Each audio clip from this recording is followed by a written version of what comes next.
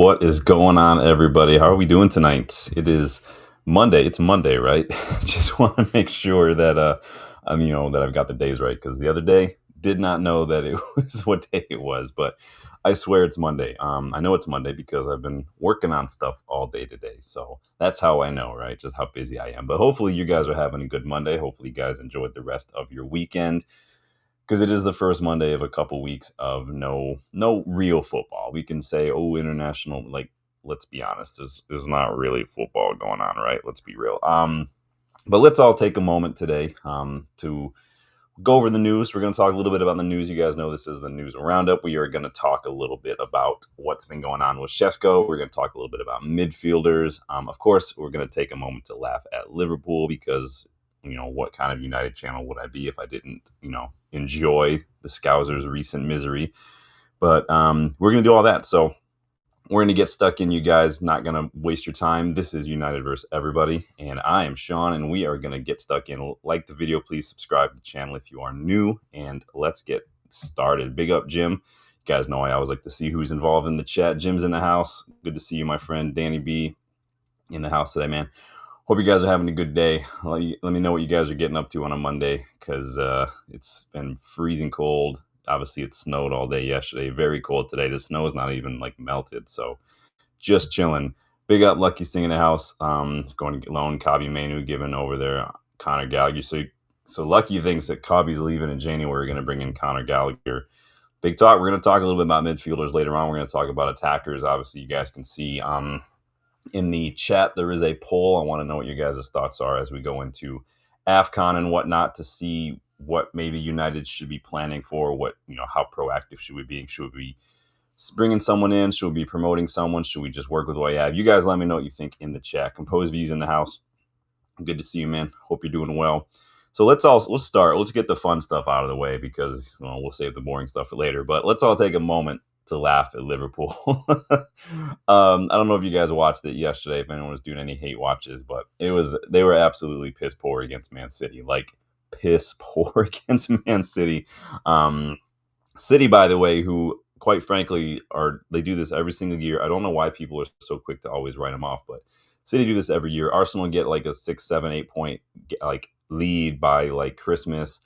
And then City just go on a tear. And this is the thing. Arsenal always hear footsteps when they're at the top of the table. That's why they can't hang. And Arsenal, not from now on, have to be perfect. They have to be perfect because I don't see City dropping more than maybe a handful of points between now and the end of the season because they are simply just like clicking now. It just is what it is. So Arsenal, can they be perfect? Will City drop more points? I don't know. I do think City are going to sneak in behind and just grab the league again. And then Arsenal fans are going to, talk about what step it is in the process. But again, obviously Liverpool lost 3-0 to City. And then the mental butthurt gymnastics from their fans, the pundits, and the media, all these guys are engaging in to avoid any sort of criticism for Arne Slot or the players. I mean, that right there, that defense of the team is a spectator sport in itself. I put in the chat the other day. I can sell tickets as people watching that because I find it fine. I mean, and it's just so funny. The silence from some pundits. Jamie Carragher does not even show up on the overlap when Liverpool keep losing. And then we know we have receipts. If you look back at like little old Graham Souness when we signed Paul Pogba way back then, about apparently we had our trousers pulled down for Pogba. You don't see that same energy for Florian Wirtz. I mean, how much did Liverpool pay for Florian Wirtz? I mean, let's be honest, they paid quite a bit. How many goals or assists in the Premier League for Florian Wirtz? Not a whole lot. So, and by not a whole lot, I mean none at all. So what are you going to do? I think Liverpool, they spent a lot. So we can look at the summer and look at how much they spent. I know everybody was, rivals were afraid of who they signed. Liverpool fans were gassed up with who they signed. But let's be looking back now. Was not a good summer. Was not a smart summer. I don't think that they needed Frimpong. I don't think that they needed him at all because I do think Bradley is just fantastic. He's an excellent, excellent fullback. They didn't really need Florian Wirtz. Obviously, they had Dominic Szoboszlai, and they've been crying out for almost 2 years now because not having a six. Remember, that was their excuse. That summer, they signed four 4 center midfielders in one summer. Their excuse was still, oh, we didn't get a 6. Endo's not a 6. Well, why did you sign him then? You got Zoboslai. You don't need Florian Wirtz. You probably should have prioritized a center back at that point. And then they got Ekitike and Isak. Like, just pick one. You don't need both because you just don't need both. I think they went a little too hard, and this is what happens. How many years do we see, Real Madrid have to struggle? Sometimes you can have too many stars in the side and you don't win as much as maybe you hope for. Maybe on paper you think you should. And why is it too that I'll scroll YouTube and I'll see a thumbnail from TalkSport saying, "Oh, the players need to look at themselves." When it's the Scousers, it's the players' fault. But when it's United, all the talk is about sack the manager. Come on, do me a favor. What are you guys saying in the chat here? Hold on. Like he says, Gallagher on a permanent transfer. Yes. Okay. So he's going Gallagher. Is that your top choice there, Lucky? Interesting. Remember, Lucky, go check out that video I did on Conor Gallagher a couple weeks back. You might like that one then. You might just save that to your homepage, send it to everybody, maybe just listen to it every night, man. Help me out.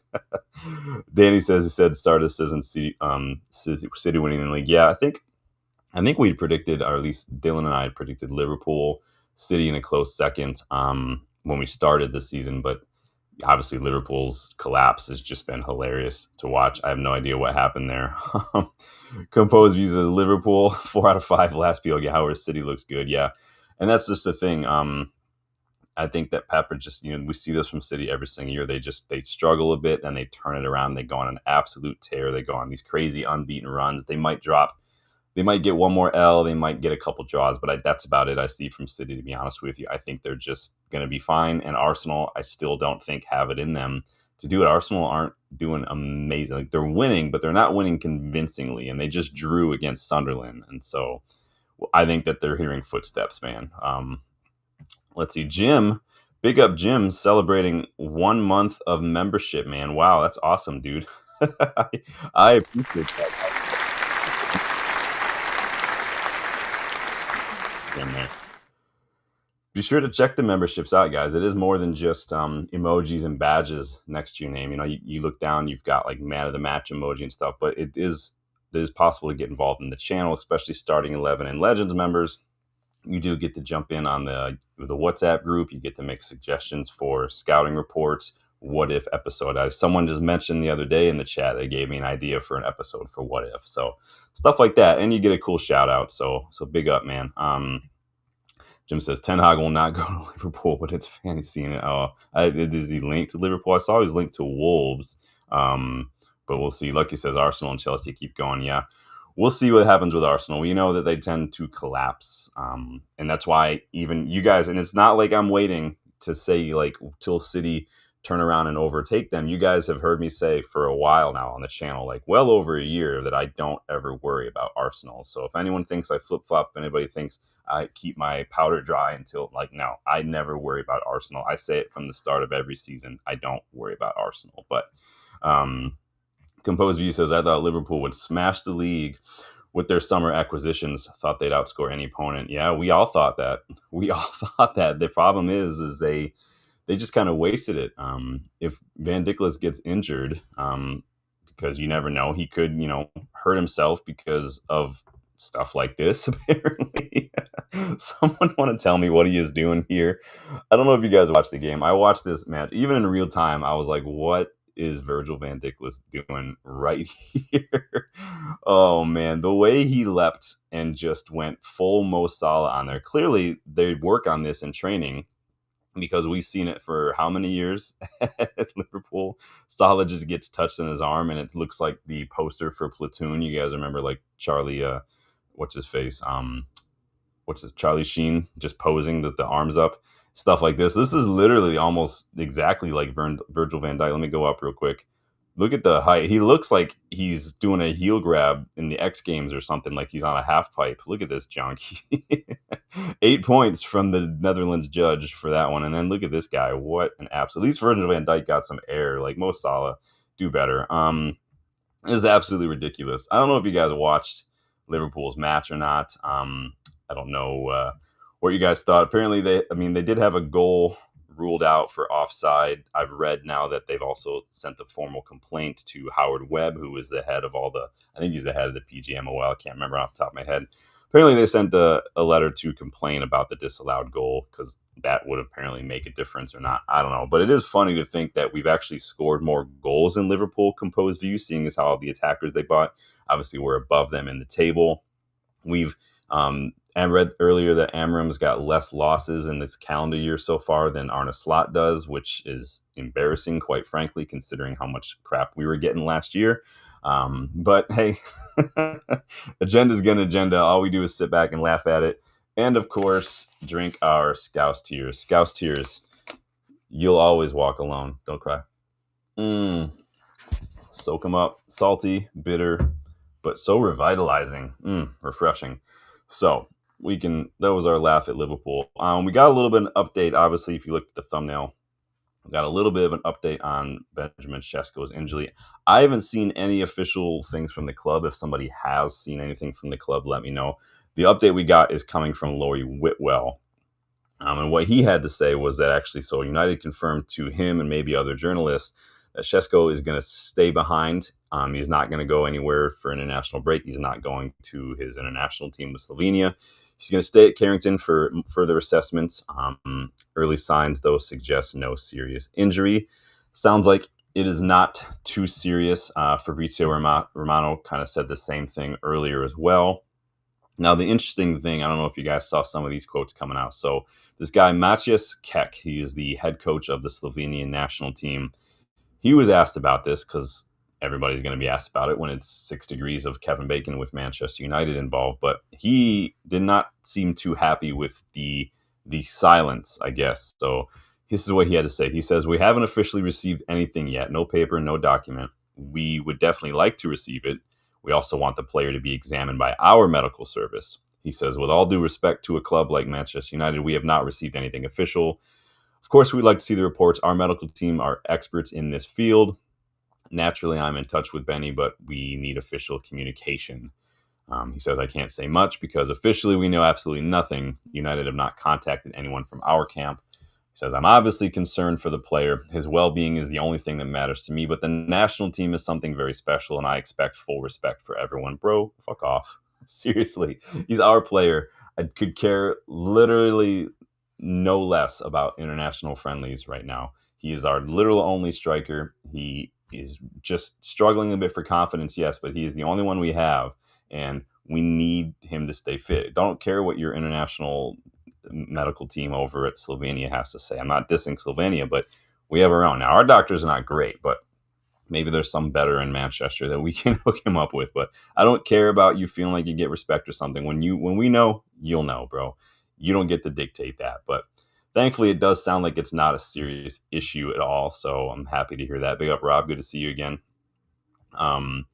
Lucky wants... Yeah, Lucky's going hard for midfielders. We're going to talk about midfielders in a little while. Don't worry about that because we've got linked to a couple more. We're going to talk about attackers as well. Please get involved in the poll as well. Let me know what we think we should do come AFCON because we've got a couple of attackers leaving. But James says, hated, adored, never ignored. Ain't that the truth? Maybe I should finally put that on a T-shirt.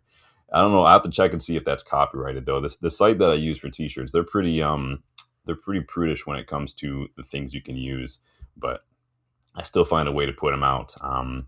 So yes, don't forget about the United vs. Everybody store as well. I think there is a sale, could be activated tomorrow. So if you've been on the fence about anything from the UVE store, like the new designs, the new products, there could be a sale starting tomorrow. Keep a lookout early in the morning for any announcements or anything. But I just want to make sure you guys know. Rob says, I think we play Wolves twice in December. We do, and one of those Dylan and I will be going to. So Dylan and I will be there for that one. So if anybody wants me to send along any messages to João Gomez or any other Wolves players you might want, I will go ahead and put in the good word. Trust me. I might learn some Portuguese so I can try to shoot some secret messages to João Gomez when I see him. Because yes, Wolves are shit, but João Gomez is still... I think I would like a player like him I think he could come in and... Whereas Casemiro can only play like 60 minutes, I think João Gomez is Casemiro, but he can play 90 minutes now. But he would João Gomez be my first choice? Probably not, but I do like João Gomez a lot. So um, let's see here. Lucky says Mount and Maguire told be ready for club football. Yeah, club before country, Lucky, always. Jim says international friendlies serve no purpose I can see. I mean, it's literally just basically practice and an opportunity for the international coaches to kind of get a feel for the players, the squads and stuff. Obviously, there's a World Cup coming up, so there's that. But just turn the World Cup into like a summer thing, if you want. International friendlies, they bug me. They bug me a lot. So Composed View says, by the way, is anyone getting annoyed of Gary Neville's take on United and he soft gloves approach to Liverpool, especially when he witnessed some of Carragher Souness's take?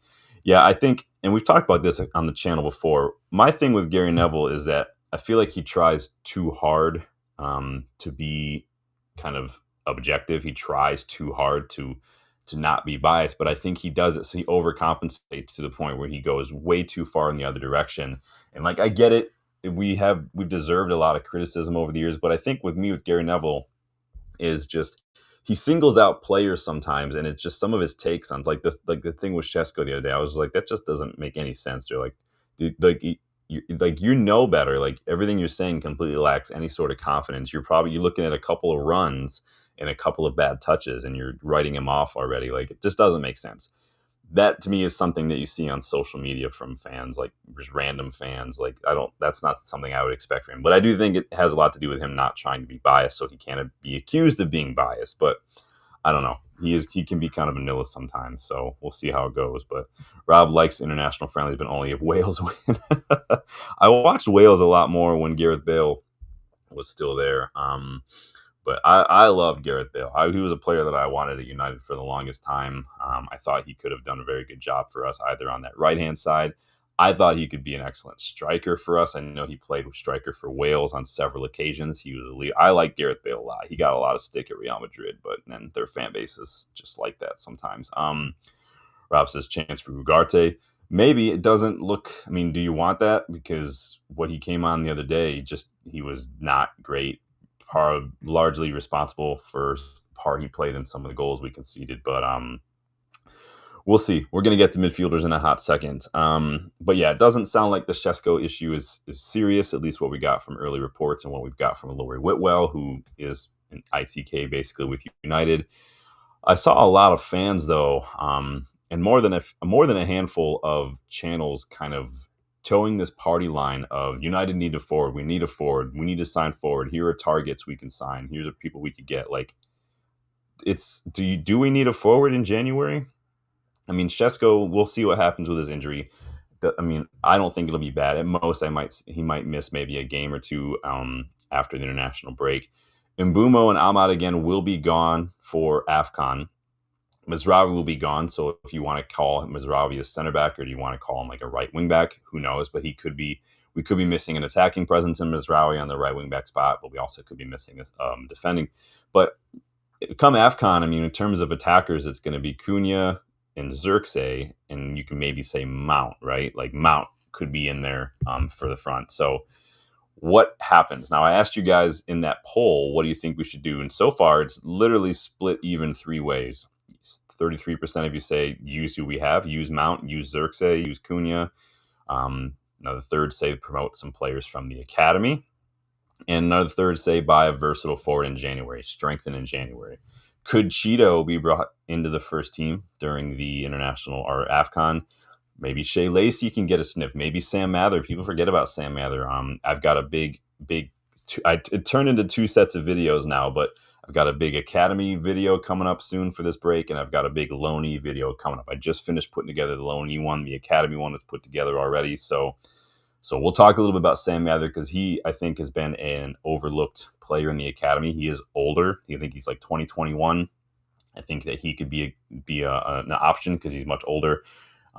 But do we promote some of these guys? Maybe do we look at a versatile forward who can maybe play as a rotation option across that front line? Someone who could play false nine, striker, left wing, right wing. Someone like Mo Amora, who I've mentioned many times, playing over at Wolfsburg. Someone like Meyer Carrizzo, someone who I've mentioned many times, featured him in my best 11 for the Under 20 World Cup video. Bohoya over at Frankfurt.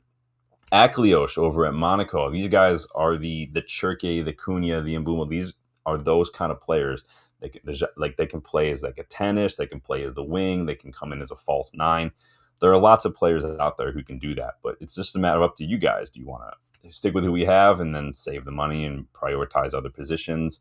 Do you think that we can't take our foot off the gas? We need to buy someone, or do you think, hey, we'll just promote from within and just enjoy these good vibes and maybe go grab a center midfielder? You guys let me know what you think about that. Let me jump in that chat and see what you guys got going on here. Rob says, is an Endrick loan realistic? We talked about that last week. Romano doesn't think it's super realistic because I don't know. We talked about that. I asked you guys in that poll, would you sell Xerxes in January if it meant you can get Endrick on loan? Most of you guys said no, keep Xerxes. So it sounds like Xerxes got a lot of fans. If you are a big fan, there is that 9.5 shirt in the United vs. Everybody store. Just saying. Rob's cooking some pizza, nice. I just ate dinner because my wife had clients all day, and then I had to do this, so I made dinner myself. Bill, if you're watching, I did use the cheddar jalapeno brats that you gave me. Amazing. Threw some potatoes in the oven, threw some asparagus in the oven. All good. Composed View says on Gary Neville, the Sesko take was unnecessary and disingenuous regarding Isak and other players. Sometimes I feel like this too. Sometimes Gary Neville, he reminds me of when I took my road test, right? To get your driver's license. I don't know what it's like, but you got to take a road test, right? You can be doing very, very well. Everything's perfect, but for some reason, I feel like the instructor just has it in them. Like they've got to find something to instruct, to assess, to give like criticism. They like justify like what their role is. I feel like sometimes pundits and kind of these, I guess you can call them armchair analysts. And that's not me saying I'm a professional. I'm just saying like some of these guys they're players, yes, but they're not, there's not much more to it than that. I feel like sometimes they just feel like they have to find that thing to criticize because either that makes them, in maybe in Neville's case, objective, or it makes it seem like they know something. If they can find something to pick apart, that means that they know what they're talking about, kind of thing. I don't know, but like I said, I do think he just kind of overcompensates a lot of times, and so. But I don't know. What do you guys think of Gary Neville's take? Let me know what you think in that poll about what we need to do maybe in January or when AFCON rolls around. Danny doesn't think we need a forward because we have shit midfield.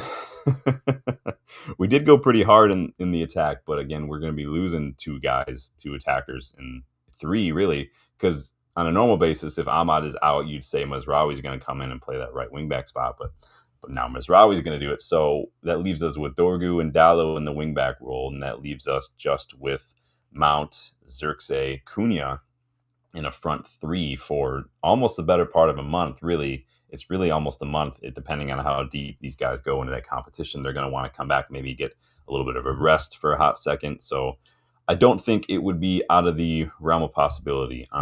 Danny says, Williams, talking about Ethan Williams.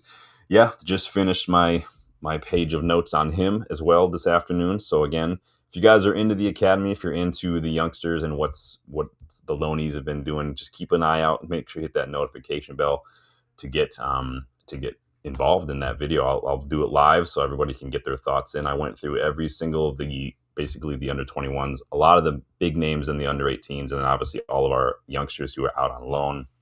A little bit of a deep dive, what they've been up to, how they've been performing, profiles, how close are they to maybe getting a sniff into first team and stuff.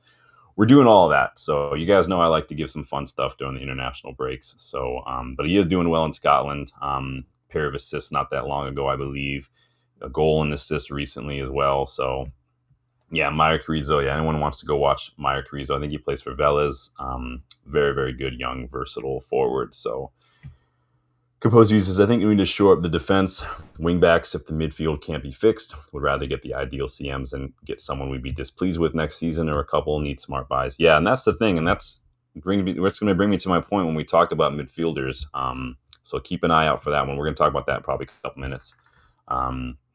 But yeah, I had another video too, Composed View, that I came out with last week on a left back that I think could be gettable in January, and I think that he's at a top elite club. He's old, he's experienced, he's 26 years old, he's rapid, he's got stamina for days, and he's just ticks a lot of boxes. So go check out that video if you want to know who that was, who I think United should be looking at in January to come in and be a really experienced left wing back role.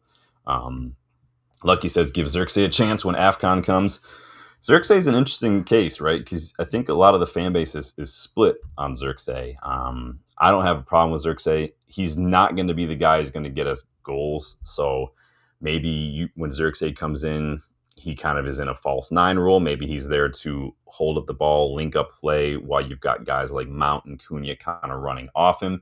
Maybe we push Bruno forward, and maybe that's when Kabi comes in and maybe starts playing a little deeper. I don't know, maybe the combination of Cunha's physicality, Xerxes' ability on the ball, Mount's kind of energy. Maybe with that ahead of him, maybe Kabi can come in and play a deeper role. Maybe Kabi could play a 10. He's played higher up a couple times in the last couple years, so it's not outside of the realm of possibility as well. So I don't know. But one player who's kind of on the cusp of coming back, who is going to be hanging out with his international teammates, is Lisandro Martinez, who looks like he is going to be joining up with his Argentina teammates to kind of train. He's not going to be playing any matches. I really hope that he's not doing any full contact training because that would piss me off. But it sounds like it's going to be okay. I mean, you guys okay with that? Do you think that it's worth it to boost his morale? Or do you think maybe it's better to keep him close to home where we can kind of monitor him, wrap him in cotton wool, maybe have a controlled kind of presence in that recovery so there's minimize the risk maybe? Or is that just too cautious? Do we need to just start rolling the dice and see what happens? With Lisandro Martinez, it is going to be one of those things where if he's going to get injured, if this last injury has kind of tipped the scale towards injury proneness because was a no contact injury, you're going to find out sooner or later.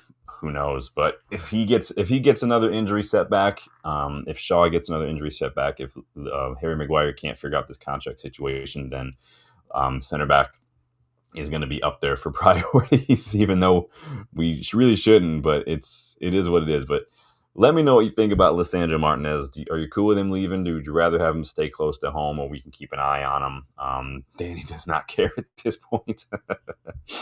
It is what it is, right? It's kind of like the Amorim in or out thing. It's almost like there's no point. It's just whatever happens is going to happen, and then we're just going to have to handle it, right? Jim says, hope we get a CDM in January. Don't want United to be tempted to offer Casemiro an extension. Yeah, I mean, who knows at this point? I gave up trying to figure out the financial side of things in the summer when we decided just to go ahead and extend that line of credit. I didn't think that was going to happen considering the massive debt that we had and all the layoffs and whatnot. But who knows at this point? Anything can happen. I mean, all bets are off when it comes to our transfer activity, man. Rob says on Jim, hope he's gone next season. Casemiro, it's hard, right? Because we can't say that he's not been outstanding this season so far. He's fit. He looks fitter than he's ever looked. He looks energetic. He's contributing. 3 goals, 1 assist. He's got, the last time I checked, the most goals for any center midfielder in the Premier League. So it is a great season so far for Casemiro. Do we want to build around him? Would I want to go into next season just with Casemiro on a 1-year contract and no CM? No. No. If it's the difference because of wages or whatever, then yeah, we need to let him go, let him do his thing, let him go to the Saudi League, let him go back to Brazil or something. Maybe he can go hang out at like Corinthians or something and just do his thing. Sao Paulo, who knows? But we need 2 center midfielders. We just absolutely do. And so, yeah, I get both sides. It's kind of like the Bruno thing. I would be fine if Bruno stayed, but at the same time, we can't build around Bruno. So what you going to do? Lucky thinks that Manu is going to be getting a loan. We'll see what happens with Manu. On midfielders, though, we're going to talk a little bit about this because we got some interesting news coming out regarding some midfielders. So I don't know if you guys have seen it yet, but Sasha Tavaleri, the French journalist, he's got a podcast YouTube channel thing now. I don't know if you guys have seen the video. You probably saw some blurbs, but he recently interviewed Melissa Onana, who is the sister and the agent of Aston Villa midfielder Amadou Onana, who a lot of you guys were all over a couple years ago. Now, in this latest episode, she shared how Manchester United actually, sorry, computer is doing its own thing for a second. Gosh, don't you love technology? There we go. Got it. So she shared how Manchester United were actually in for Amadou Onana while he was at Everton, his final summer at Everton, but he ultimately chose to go to Aston Villa. So this is what she had to say. It was in French. I had to translate it and whatnot, but she said Aston Villa, from the moment they showed interest, they're very solid on their feet. Everything is consistent. Everything is clear. The sporting project is impeccable. The salary conditions are good. Let's not kid ourselves.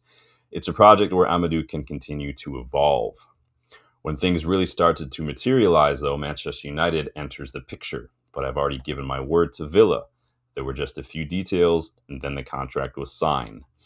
I told United we had already given our word, and the type of football being played at Villa and the ambition of the club matches with Amadou. Timing is super important when choosing a club, and at that time, the best sporting project was Aston Villa.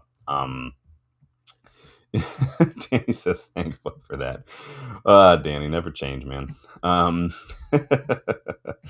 So sounds like really what happened was they prioritized the move that was made the best sense for Amadou Onana in his career as far as development, which you're going to see for some players a lot. Some players don't always try to make that big jump to a big club like United. Some players do prefer like the best place for them to develop. A club too that's in a better, maybe in a more advanced stage in its kind of project at Aston Villa at that time. It didn't help, right, that that summer, so that was the summer of 2024, so almost like a year and a half ago. Remember that summer, our recruitment department really didn't even exist.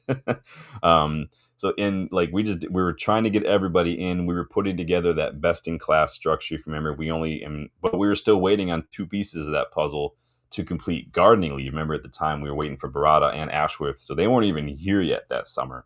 Again, timing, like she said. And then obviously even after winning the FA Cup, it wasn't even 100% at that time that Ten Hag's future at United was secure. So there was a lot of things that were up in the air, whereas Villa were kind of already into their project under Unai Emery and whatnot. And so there's a huge difference there. I totally get it. But I think that on timing, it once again shows from what Melissa had to say here that some things never change. We're too slow in the transfer market. It makes sense that when this guy's already pretty much wrapped up his contract stuff with Villa, and all it needs is a couple of I's dotted and T's crossed, then we decide, okay, we're going to walk into the room and see what we can do. Like, it was too late. It's too late. We're too slow in the transfer market. We did it again this past summer. It sounds like we did it then. We've been doing it for years. We have to be proactive. We have to be ambitious, aggressive. Go in, get it done. Have your shit together before the transfer window starts. The first week of the transfer window, I want deals done. Go. If you've got a best-in-class team, send each person to different players and agents and clubs to talk to people. You don't need to do it one at a time. It's really annoying. And if you remember that summer, we ended up selling McTominay and bringing in Manuel Ugarte instead. So very, very possible if we moved a little sooner, we could have had Amadou Onana instead of Manuel Ugarte. But it is what it is. I don't know what you guys' thoughts are on Amadou Onana. Danny says, thank fuck for that. Rob says, anyone choosing Birmingham is lacking ambition. I'm okay with it, not having him. He's another sick note. Honestly, he missed 15 games last year with 3 separate hamstring issues. He missed all of September this season with more hamstring issues. I'm good with not getting another basically Mason Mount 2.0. I think he scored a goal over the weekend too, so we'll never know. But the hamstrings is just, to me, that's not a dice worth rolling because they don't really get better. They really only just start to get worse. So I'm good avoiding that. I don't need 15 games last year and a whole nother month this year already missed of hamstrings. If I've had my fair share of injury-prone players, thank you very much. Speaking of Ugarte, though, I've read some regurgitated. I can't remember where they were. I don't know if you guys saw this, but there were some rumors. I think they were just regurgitated from a while ago, but some reports that Atletico Madrid were reportedly once again interested in Ugarte. I don't know if I buy the rumors. I can't remember if they were where they came from, but I know that they weren't great sources. But I thought I'd throw it out there for you guys since we're kind of talking about Ugarte a little bit. I don't know what your thoughts are. I don't think Ugarte is good enough for United. I just don't think he offers enough. He doesn't really seem to know what to do or where to be. Now, some of that I hear that if like the point maybe if you're saying, well, he doesn't play enough, I get it. I totally get it. But you have to think too, even last season when he was playing more, did you see enough from him? And that was before the preseason. Really, you'd think he should be more up to speed with things with the preseason. And so didn't get a whole lot of minutes towards the tail end of last season, not getting a whole lot of minutes now. Came on against Spurs and just did not look like he had a Scooby-Doo, what are you supposed to be doing ever. Um, Again, he was largely at fault for that first goal that they scored. Odegaard basically just walked right by him, found Udogie, who found Matthias Tell in the box because Ugarte just doesn't really know what he's doing.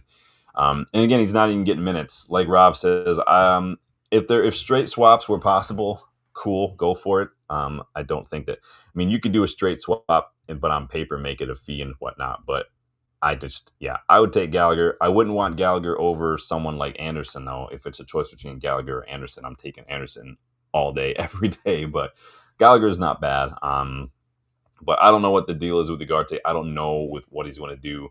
I think João Gomez is better. I'm still taking is Anderson, and then it's like Gomez, and then it's Gallagher in terms of just players. You could put Wharton in there. I do think Wharton is a little less mobile, but he played excellent yesterday. He had an excellent tackle, made a challenge, won that ball back. Like he's adding a little bit of mobility to his game now, Wharton. I thought he was more of a Carrick type, but he's got a little bit more mobility now. But yeah, Gomez I like a lot. Lucky wants Conor Gallagher. Lucky, I mean, look, I want to make sure I'm clear. Do you want Conor Gallagher? I don't think you've said it enough times. I'm just kidding, bud. We love you, bud. Danny says Anderson, Stiller, Anderson, Gomez, Anderson, Hackney. Yeah, basically just Anderson and whoever. I would love Stiller. I think Stiller is a very, very good midfielder. He's probably jumped ahead in terms of that kind of holding, playmaking midfielder for me. In a perfect world, Danny, I would have Anderson and I would have Vitinha, but Vitinha ain't going anywhere. Don't be surprised to see Vitinha at Real Madrid, though, in the future. I think he suits that to a T, what they're trying to do in the deep lying role. I think Tchouameni and Camavinga could be gone soon, and you're going to see Vitinha in that midfield. But imagine a midfield with Vitinha, Valverde, and Jude Bellingham. That would be an excellent midfield. So Danny wants Anderson, Wharton. Yeah, that's an expensive combo. Personally, I wouldn't rule it out, though. It does seem like we're really targeting players who can come in, and we're targeting players from the Premier League, whatever that looks like. Gomez does tick that box though too, but don't ask me why Ugarte is not getting minutes. Only thing I can say is that he just doesn't convince me when he has played. He's had some moments here and there, like he did really well to beat two Spurs players with the ball on the weekend, but that was like the only good thing I've seen him really do in a while that is outside of what I would expect from him. Like he gets stuck in, he gets about the pitch, he's got mentality, we'll give him that, but on the ball, he's a liability. Can't really pass. He does decent sometimes when he's playing in that link-up role in and around the opposition box. We have seen him get involved in goals for us last season, but I just think it's too few and far between personally. But on midfielders, though, I'm curious about your thoughts on just strengthening in general. So I've seen some channels today talking about links to João Gomez. I've only really seen them in Team Talk, so I'm not really buying the João Gomez rumors. We've talked about João Gomez a lot. If you guys watch my January deals video from a couple weeks back, there's a chance João Gomez could be in that video for one reason or another. Remember that video had a lot to do with clubs where they could be relegated, breaks from the off season, so like the Norwegian league, South American leagues, or just players you might want to leave, like Hayden Hackney. So contract situations too, don't forget. So go check out that video for a couple ideas of some really good January deals. But I mean, I like João Gomez. I don't like Team Talk as a source. I think I watched a video earlier. The guy sat here and the whole title was João Gomez, and the guy talked about it. Never once mentioned the source, because the moment you mention the source is Team Talk, people who know that Team Talk is shit are just going to turn off the video. So I do like him, though. I think he's an excellent Casemiro replacement, João Gomez. Is he our first choice target, or would he be your first choice target? It doesn't seem like he's a lot of people's first choice target. And the question is, are you happy with that? Would you be happy with third choice target, or do you think just go all out? Danny says, who's that kid we linked with the Germany? Could be Berlin. Oh, yeah. Who? Icor? I think Eichhorn. is his name. Yeah, we spoke about him last week because we were linked with him and another young player we were linked with. Ezekiel or something, Estuviel. You'd probably know that one more than me. So Jim says basically Anderson and anyone. Yeah, that's basically where I am. I think like Anderson +1 is going to be the majority, no matter what. It almost doesn't matter who's in midfield. Anderson and Cobby could cook though. I'm just saying, just saying. Anderson and Cobby could be a good little midfield partnership. Dana says, don't think we've scouted him, ever heard of him until I read about it. Yeah, we spoke about him a little bit last week when the links came up. I gave a little bit of a brief kind of flash, like a snapshot of who he is and what he's all about and stuff. You can go check that one back out again if you guys want to. So João Gomez, let me know if he's your first choice. Let me know if he's your third or fourth choice. For me, he's probably like second, third choice. Everyone, it's Anderson, and then it's like a bunch of blank spaces, and then it's the next choice for me. But we got linked to another midfielder, another very similar profile midfielder by Graham Bailey today, and this is Bournemouth midfielder Alex Scott. So I'll admit I haven't watched a ton of Bournemouth this season, so I'm not as familiar with Alex Scott as I am with someone like Anderson or Stiller or João Gomez, for instance. But this is what Graham Bailey had to say. Alex Scott is emerging as a real name now, and United are well aware of his talents. I'm told they watched him and liked him during his Bristol City days, but now he's maturing into a dominant player. Any Bournemouth people and people who watch a lot of Bournemouth out there want to tell me a little bit more? I looked him up a little bit, and top 25% right now for successful take-ons and progressive carries, top 25% for shot creating actions. He is in the top 35% for tackles per 90 and above average for interceptions per 90. He's basically Timu Anderson. He's Anderson light, if you want to, because these are basically what Anderson does. Anderson wins the ball, he moves the ball, he wins the ball. He doesn't have like this Bruno like Scholesy, Pirlo passing range. He doesn't have that type of vision and skill on the ball. But he's going to be winning duels, and he's just going to be carrying the ball. That's basically the Timu version of Anderson. Doesn't mean he's bad. He's just not as good as Anderson. Danny says, love João Gomez since Eric Ten Hag joined the club. I like João Gomez too, man. I like him a lot. So Danny says, Scott more like a Wharton. He is good, is he? All right, well, that's good to know. Danny says, injury held him back in the past. Yeah, I feel like his name sounds familiar. I feel like when I first heard about him, I think it was when he was at Bristol. But maybe we could work something out with Bournemouth. I don't know, but maybe Cobby, maybe that's someplace. Maybe Ugarte. I don't know, but I'm still going Anderson before anyone else. Probably Anderson, then Gomez, then Gallagher. But you guys let me know if you watch a lot of Bournemouth. Do you like him? Not? Danny says he's good. If Danny says he's good, I'm going to take it to the bank because Danny knows his shit. Let's say, though, that we've got just a certain amount of funds, maybe in January, whoever.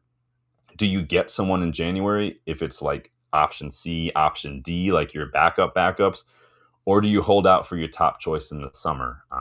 Is it just get anybody now? I don't care. Or is it just, okay, we want Anderson. We can't get him in January. Like Forrest just won't even listen to offers.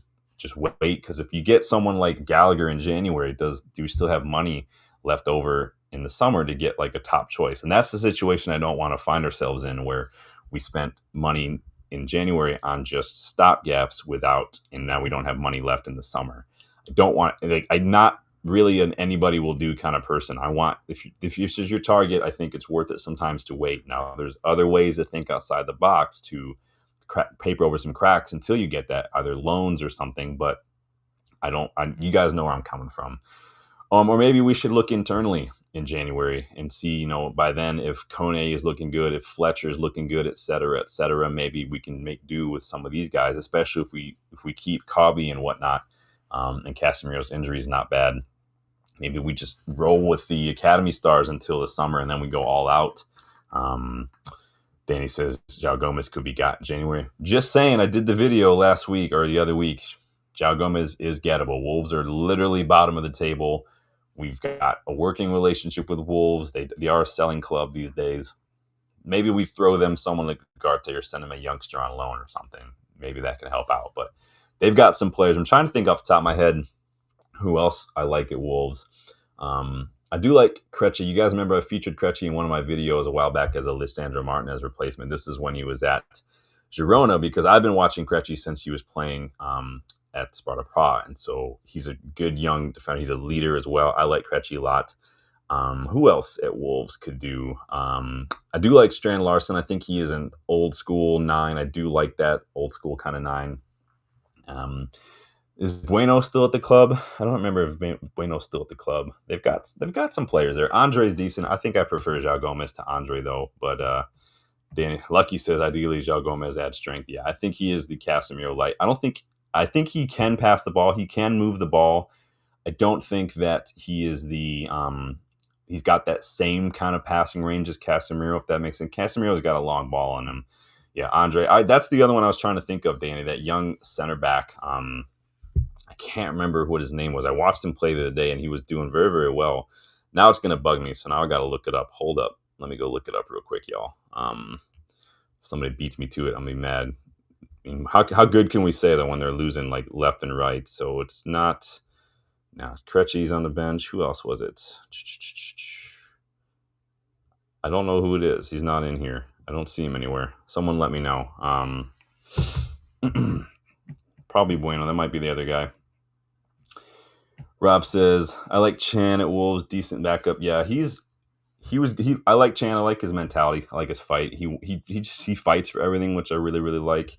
Bellegarde, if you guys remember, one of the first scouting reports I did when we went back and looked at hit or miss, I did a scouting report on Bellegarde when he was still playing at Montpellier a couple of years back. I like him a lot. He's a very good ball carrier. Totti Gomez, Krejci, Bueno, Chachua had a decent performance. Bueno is the one I've been watching for a while. Not center back Bueno, but left back Bueno, or left wing back Bueno. He's the one I've been watching for a little while. Who else out here? Kajana, however, Mascara, not that Casera, a different Casera. And, of course, a Rocadere. I'd probably go for a Rocadere and João Gomez if we're going to pick it apart. Wolves, anybody. So, but if you guys have any Wolves players you like, let me know. I forgot that they signed a Rocadere. But would you guys like to look at the academy? Are you happy spending money just to get anybody in January? If it's not your top choice, do you think the need is that important that it almost just get anybody at this point? You guys know I'm not that kind of person. I'm not like I like as much as I don't like giving the Scousers credit, the way they went about some of their recruitment for the first years under Klopp, waiting until they get their first choice, not spending money, being smart for what they got guys like Klavan for free. I always forget the guy they got. He was at Schalke and then he got a free contract. He was there for a hot second. They had him for free as well. I always forget his name. He's Cameroonian, I think. Joel something. And then, I mean, they're very clever until they started really getting into a place where then they're getting their targets. Like they couldn't get Van Dijk in January. So they didn't just go out and buy anybody else. They just waited until they could get him. That kind of stuff I don't have a problem with. Bellegarde, yeah, I think Bellegarde is very, very good. He was a dribble machine when he was playing in the French league, and I think he still shows that he kind of controls that midfield a little bit for them. He's a very composed presence in midfield for him, but. Alex Scott's the latest name we've been linked with. I'm going to look him up a little bit more. Let me know if there's any of these midfielders, if there's any targets that we've been linked with that you'd like me to feature as like we did with Conor Gallagher, like I did with that left back recently. If there's anybody that we've been linked with that you want to maybe see a designated video for. Those are usually like 12, 13-minute videos. It is a more focused, in-depth scouting report. But if there are players that we're linked with that you'd like to see that, let me know. But we're going to take him off the screen because we got other things. Let's see. So I don't know if you guys saw this news as well, because Samuel Butthurst decided to try and really make it negative. But starting this summer, so right when the World Cup starts, United's going to be offering tours not only of the stadium and the museum, which they offer now, but now they're going to be starting to offer tours of the newly revamped Carrington. Now, despite, again, what Samuel Butthurst is going to believe, it's not. He tried to make this tweet about, like, oh, they're going to charge you 100 pounds to go to Carrington. That's not what happened. The 100 pounds is part of an option. So you can choose to do just the Old Trafford tour. You can still choose to do, like, the one-on-one tour. So if you pay a little extra, you can get just you and a private tour of the stadium. Or now you can spend the 100 pounds, and not only do you get access to the museum and then your normal Old Trafford stadium tour, but that actually gets you access to Carrington as well. And United covers the coach. Well, it's probably included in your fee, but they cover the coach to get the groups from Old Trafford to Carrington. It's a whole like half day ordeal now if you guys want to do that. I guess I mean it's a smart way to generate more revenue if that's what their plan is. People are going to pay for it for sure. I don't know if you guys have ever done the tours of Old Trafford. The tours are packed. They get like at least a dozen different groups running through that thing, like probably 2 dozen throughout the days when there's not matches going on. Like Dylan and I will be doing it. I've done the tour once or twice now. I did it the first time I went. I did it again after they totally revamped the tunnel and the dressing room, which they look awesome. But it's really cool. But now on top of that, you get to go to Carrington if you want to drop a hundo. I'm a little bummed that it's not available till the summer because I think that Dylan and I would have loved to do that. I am super excited for Dylan to get to go to the Old Trafford tour because seeing the trophy room, and then obviously walking through Old Trafford, you get to go down to the dressing room. You get to go sit in the bench on pitch side. You get to walk. You can't go on the pitch. They will tase you and deport you if you go on the pitch. But you get to hear a lot of the history and stuff, how it survived, bombings during the war and things. You get to see all like the original Players Tunnel that's still there. You get to go see the Players Tunnel they use now it wasn't always the Players Tunnel. There's another really small one there. So really cool if you guys ever had the chance. It's not that expensive. Obviously, everyone's finances are different, but it's a really cool way if you're there for a couple days to spend a couple hours. Of course, the tour ends in the megastore because that's just how they roll. Oh, you get to go sit in the press conference room too, and if you guys want to do any of that, but we'll see. Maybe if Dylan and I have time, instead of going to Carrington, we'll get an Uber, go to the Cliff, which used to be where they trained, and maybe we can snap a couple pictures there. Maybe if we're wearing our Cliff t-shirts or hoodies available in the UVE store, maybe they'll take pity on us and let us in. Obviously, you can't just go into the Cliff, but maybe we'll just take a couple pictures in front of it or something. I don't know. Rob says it sounds like a great deal. Wouldn't mind doing it. I mean, there are like a lot worse things to spend 100 million or 100 pounds on, honestly. You get the whole tour of the stadium. They get the coach covered for you, and you get to go to Carrington. I mean, that to me sounds like a great way to spend some time. But I know not everyone's super thrilled with stuff like that. Not everybody's into it. It is what it is. But just thought I would put that out there. So anyway, I don't know how many times you guys have watched the Spurs match or the highlights, but I'm not gonna lie. The more I watch, and I asked this question in the match reaction, if you guys remember, the more I watch De Ligt's equalizer, that's that corner, the more I am convinced that whole thing was the routine. That Lammens coming up, because you remember there was well over a minute left at that point. Lammens coming up. I don't think Lammens was there to try to score. I think Lammens was there to provide a distraction. I think that was the whole point of the set piece. Now, I can't show it again because YouTube did not like that I showed it. Big up, Jim. Thanks for stopping by, man. We're about wrapped up anyway, brother. Thank you, man. Make sure you hit that like button on your way out, man. So the more I look at it, though, the more I'm like, nah, Lammens was there strictly to provide the distraction. Because if you remember from De Ligt, and you can go find the video, I can't show it anymore because YouTube tried to block the video. But De Ligt runs up, and then the Spurs defender basically gets distracted by Lammens, who kind of pushes in and maybe sets a pick. And when he does that, De Ligt immediately peels off to the back post, mounts over there, pushing and pulling with the keeper. I think that was the whole point of that set piece. And if you look at this chart I found earlier on set pieces, I think that we are actually working on some stuff here. So I found this chart earlier online. This is from The Athletic, looking at the XG per 100 corners over the last, like 6-7 years or so. So the XG over the years, it like was previously at its highest in 2018, 2019. We took a big dip down for those seasons around COVID and stuff. Went back up a little bit.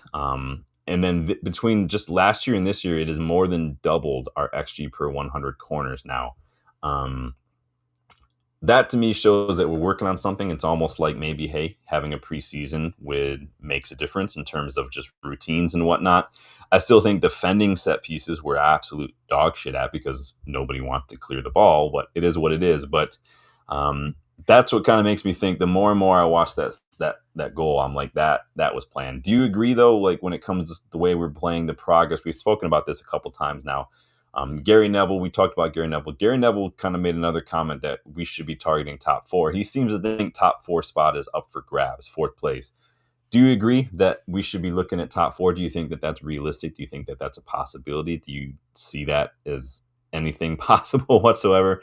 I'm not sure if I think it's as easily gettable as Gary Neville seems to think. I don't know if that's just him kind of doing his former United player thing. Well, United should always be looking at that. Like, I don't know, but do you guys agree? Do you disagree? What do you guys think of that chart for XG for set for corners? Because more than double over the span of a few months is a big deal. It's nothing to sneeze at. What do you think is contributing to that? Do you think that it's just having better attackers? Do you think it's preseason set piece routines? Do you think that guys like De Ligt and Harry Maguire are now just really starting to come into their own? You guys let me know your thoughts on all of that, and what you think about top four. I'm not entirely convinced that top four is gettable. I would love to get top four, but Danny says if they back Amorim in January and the squad stays fit, then yes, top five. Yeah, Dylan and I kind of revisited our early season predictions. We upgraded our table finish places. I think we kind of settled on like 6th or 7th, I think is probably realistic given the way things are going. Rob says there's an outside chance. He just wants European qualification.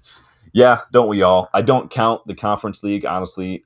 If we get Conference League and you guys are expecting match reactions and previews for Conference League from my channel, you're gonna have to go someplace else. I will not be watching. I don't count Conference League. It's the city of competitions, right? It has literally just been relevant for like 4 years.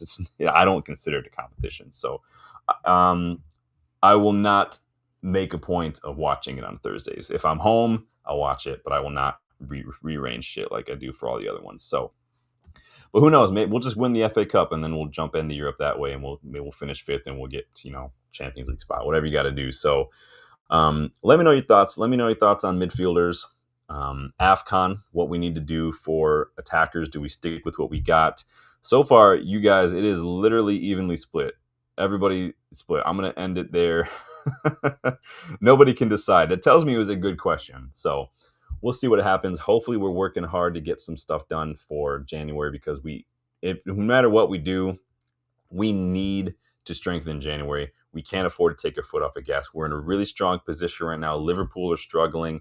We need to keep the momentum going. I would like to because in the next couple weeks or so, well, not immediately, but like the next couple match weeks, up until the festive season, I think that close knit between like 2nd and like 10th, that like 2-point swing, that's going to start to split apart. We've got a good run of games coming up. Other teams are going to be doing that as well. I think that's going to spread apart. And we want to be on the top half of that. We don't want to be on the bottom half struggling to scrape together points. We want to keep the momentum going. We want to be ruthless. We don't want to take our foot off the gas. And that means midfielder. That could mean a wingback, especially AFCON. It could be an attacker. Maybe we'll get 3 positions in January. I don't know, but we'll see. That's going to do it for me tonight, you guys. Be sure to come back. We got kickoff coming up. We're going to be talking about what it's like to talk about football with people who don't know anything about football, and what those conversations are like. We're also going to be obviously recapping the Spurs match a little bit, and whatnot. I've got the Academy Watch and the Loan Watch videos coming out as well. I've got another scouting report special coming out as well. So we got a lot of content coming out, so keep an eye out for that, you guys. Remember, today and tomorrow only, flash sale at GoGoalShop. I did put a little bit of a blurb on the community post. If you look in the video description, you'll see that code. If you use that code to register at GoGoalShop, you do get $5 off. But right now, for today and tomorrow only, you can get this year's home and away strips for $12.99 at GoGoalShop. But use that code, $5 off.